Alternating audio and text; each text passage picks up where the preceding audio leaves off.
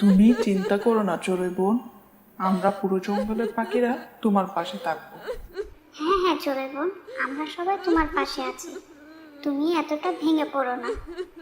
আমাদের জঙ্গলের নিয়ম অনুযায়ী আজ থেকে পুরো জঙ্গলের পাখিরা প্রতিদিন তোমাকে দানা এনে দিবে।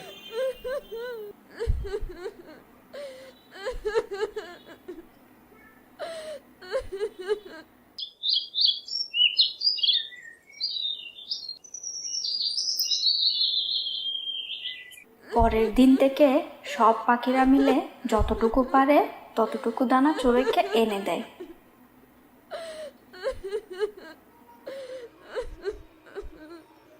এই নাও চড়ুই, তাজা তাজা পেয়ারা এনেছি। তুমি আর মনু এটা খেও। যদি তোমার কোনো কিছুর প্রয়োজন হয় তাহলে তুমি আমাকে বলো, আমি তোমাকে সব সময় সাহায্য করব। আরে বুবলি আন্টি, আপনি কেন কষ্ট করতে গেলেন? আপনি দানা না আনলেও পারতেন। আমি বুড়ি হয়েছি ঠিকই, কিন্তু এখন আমার ডানায় অনেক শক্তি আছে। আমি জানি একা থাকার কষ্ট কি। ওই চড়ুই পাখির তো মজাই মজা। ওর স্বামী মারা যাওয়াতে ওর আরো ভালোই হলো। এখন ও প্রতিদিন ঘরে বসে ফ্রিতে খাবার পাচ্ছে। আর আরেকজন হচ্ছে আমার স্বামী, যে বেঁচে থেকেও কোনো কাজে আসে না। আমাদের প্রায়ই সবসময় এভাবে না খেয়ে কাটাতে হয়। উল্টো তাকে আমার দানা এনে খাওয়াতে হয়। এসব কথা শুনে তখন কালুর মাথায় একটা আইডিয়া আসে। আরে কাকুলি, কি আইডিয়াটাই না দিয়েছো তুমি! এখন আবার তোমার খালি মাথায় কিসের খিচুড়ি পাকাচ্ছ? একবার আমার আইডিয়াটা তো শুনবে। হ্যাঁ বলো শুনি। আমি একটা কাজ করি, আমি মরার অভিনয় করি আর তুমি কান্না করতে থাকো। জঙ্গলের পাখিরা যখন সবাই জানবে আমি মরে গেছি, তাহলে চোরের মতো আমাদেরকেও সবাই প্রতিদিন দানা এনে দিবে। তোমার মাথা ঠিক আছে তো? যদি আমরা ধরা খেয়ে যাই তাহলে আমাদের রক্ষা থাকবে না। রাজামশাই আমাদের কঠোর শাস্তি দেবে। আরে কাকুলি, কিছু হবে না, তুমি এত বেশি চিন্তা করো না তো। আমি আমাদের বাসার ভেতরের রুমে আসবাবপত্রের ভিতরে সারাদিন থাকবো। শুধুমাত্র রাতে ওখান থেকে বের হব, কেউ আমাকে দেখতে পাবে না। কাকুলির কালুর আইডিয়াটা ভালো লাগে। ঠিক আছে, তাহলে তাড়াতাড়ি মরে যাও। আরে কি কি বলেছো তুমি? আরে আরে, আমি বলতে চেয়েছিলাম যে মরার নাটক করো, সত্যি সত্যি মরতে বলিনি। তারপর আর কি, কাকলি জোরে জোরে কান্না করার নাটক করতে লাগে।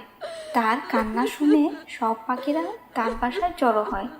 তাকে সবাই সান্ত্বনা দিতে থাকে আর সবাই মিলে কালোকে নদীতে ভাসিয়ে দেয়। নিয়ম অনুযায়ী জঙ্গলের সব পাখিরা কাকলিকে দানা এনে দেয়। আর রাত হতে কালু চুপি চুপি তার বাসায় চলে আসে। এখন দেখেছো তো কাকুলি, আমার এক আইডিয়ার জন্য আমাদের আর না খেয়ে থাকতে হবে না। সবাই আমাদের এমনিতে খাবার এনে দেবে।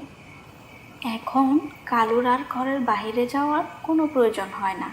সে তার বাসার ভেতর পেট ভরে খাওয়ার খেয়ে সারাদিন ঘুমিয়ে কাটিয়ে দেয়।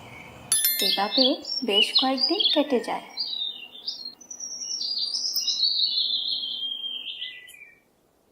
কিন্তু একদিন, আজকে হঠাৎ আমার পেট গুড়গুড় করছে কেন? আরে কাকুলি, মনে হচ্ছে আজকে আমি খুব বেশি খাবার খেয়ে ফেলেছি। আমার পেট ঘুরঘুর করছে। আমার জলদি টয়লেট করতে হবে। ছি ছি, তাড়াতাড়ি বাইরে যাও, না হলে তুমি পুরো বাসা নষ্ট করে ফেলবে। আমি তোমাকে আগেই বলেছি এই কাজটি করা ঠিক হবে না। এখন যদি তোমাকে কেউ বাইরে দেখে ফেলে তাহলে অনেক মুশকিল হয়ে যাবে। এগুলো পরে চিন্তা করব, আগে আমাকে যেতে তো দাও। আরে আজকে হঠাৎ আমার পেট গুড়গুড় করছে কেন? চলো বাথরুম করে আসি। সিপাহী যখনই বাথরুম করার জন্য যাচ্ছিল, সে অন্ধকারে কাউকে যেন দেখলো। তখন সে তার আরো কাছে গেল। সে দেখলো ওখানে কালু দাঁড়িয়ে আছে। কালুকে দেখে সে ভয় পেয়ে যায়। আরে বাপরে, এই কালো কোথা থেকে এলো? ভূত!